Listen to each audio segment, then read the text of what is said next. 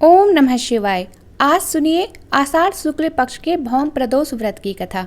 मंगलवार के दिन पड़ने वाले प्रदोष व्रत को भौम प्रदोष व्रत कहा जाता है। किसी भी व्रत को प्रारंभ करते समय संकल्प जरूर लेना चाहिए। संकल्पित व्रत जल्दी फलित होते हैं। तो सबसे पहले आप त्रयोदशी तिथि के दिन सुबह जल्दी उठकर स्नान आदि से निवृत्त होकर सूर्य देव को जल अर्पित करके फिर हाथ में जल या पुष्प लेकर भोलेनाथ का ध्यान कर व्रत का संकल्प ले।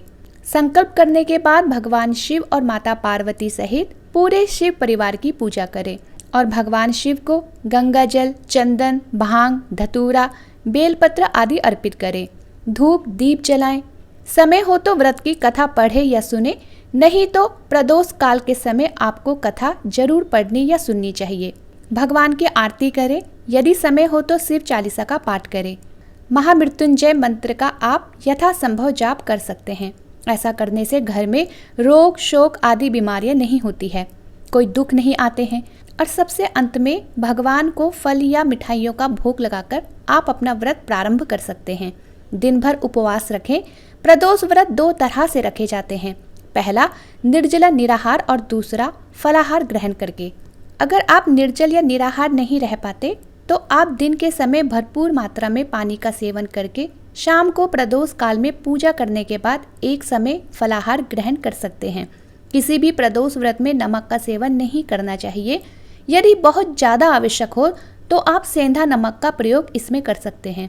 शाम को प्रदोष काल के समय यदि संभव हो तो आसपास के शिव मंदिर में जाकर भगवान शिव का पूजन करें, शिव चालीसा का पाठ करें, कथा पढ़े या सुने और इस प्रकार आप अपना व्रत पूर्ण करें। शाम के समय यदि आपकी जो भी सामर्थ्य है उसके अनुसार आपको दान भी देना चाहिए। किसी भी व्रत में दान देने से व्रत का महत्व और भी अधिक बढ़ जाता है। तो आज के दिन आप दूध या दूध से बनी हुई वस्तुओं का दान दे सकते हैं, वस्त्रों का दान दे सकते हैं, मौसमी फलों का या सब्जियों का दान आप दे सकते हैं। जितना हो सके अधिक से अधिक ओम नमः शिवाय मंत्र का जाप आपको करना चाहिए, क्योंकि मंगलवार का दिन है। तो ऐसे में भगवान शिव के साथ ही राम भक्त हनुमान जी की पूजा भी आपको इस दिन करनी चाहिए।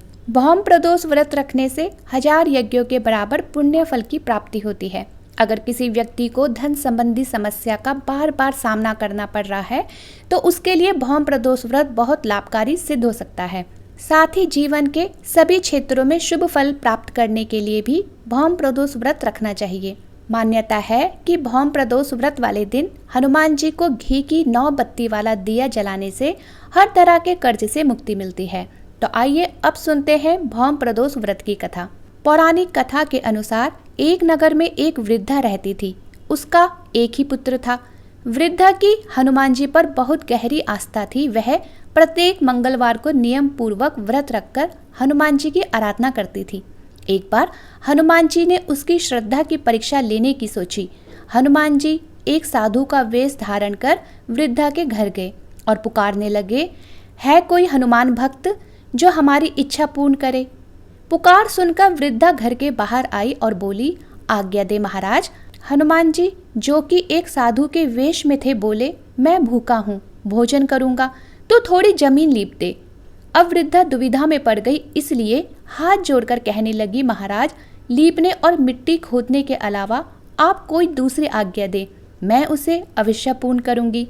तब साधु महाराज ने 3 बार प्रतिज्ञा कराने के बाद कहा, जा अपने बेटे को बुलाकर ला, मैं उसकी पीठ पर आग जलाकर भोजन बनाऊंगा। यह बात सुनकर वृद्धा घबरा गई, लेकिन वह प्रतिज्ञा कर चुकी थी, इसलिए उसने अपने पुत्र को बुलाकर साधु के हवाले कर दिया। वेशधारी साधु हनुमान जी ने वृद्धा के हाथों से ही उसके पुत्र को पेट के बल लिटवाया और उसकी पीठ पर आग जलवाई। आग जलाकर बहुत दुखी मन से वृद्धा अपने घर में चली गई। इधर भोजन बनाकर साधु ने फिर से वृद्धा को बुलाकर कहा, आओ और अपने बेटे को पुकारो ताकि आकर वह भी भोग लगा ले। साधु की बात सुनकर वृद्धा कहने लगी, महाराज मेरे बेटे का नाम लेकर मुझे और कष्ट मत पहुंचाओ। लेकिन जब साधु महाराज नहीं माने तब वृद्धा ने हारकर अपने पुत्र को आवाज लगाई। इधर अपने पुत्र को जीवित देखकर वृद्धा को बहुत आश्चर्य हुआ और वह साधु महाराज के चरणों में गिर पड़ी। हनुमान जी ने वृद्धा को वास्तविक रूप में आकर दर्शन दिए और वृद्धा को भक्ति का आशीर्वाद दिया। इस प्रकार भौम प्रदोष व्रत वाले दिन भगवान शिव के साथ साथ हनुमान जी की पूजा करने से सभी प्रकार की दुख बाधाएं दूर हो जाती है। भौम प्रदोष व्रत कथा समाप्त। भक्तों, यदि आपको कथा पसंद आई हो तो वीडियो को लाइक, शेयर और चैनल को सब्सक्राइब करना ना भूलिएगा।